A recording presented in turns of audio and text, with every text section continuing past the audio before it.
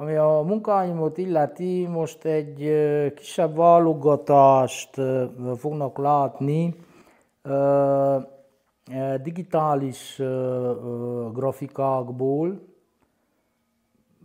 Ha minden igaz, lesz egyetlen egy olajfestmény is kiállítva.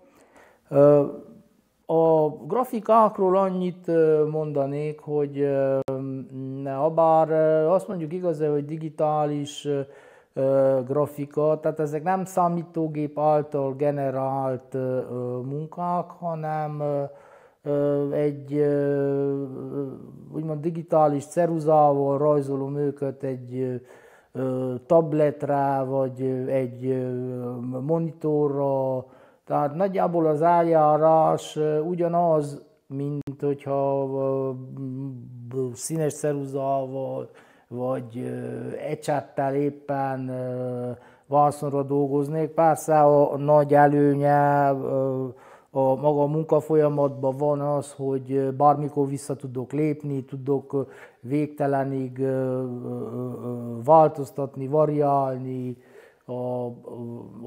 a munkákon.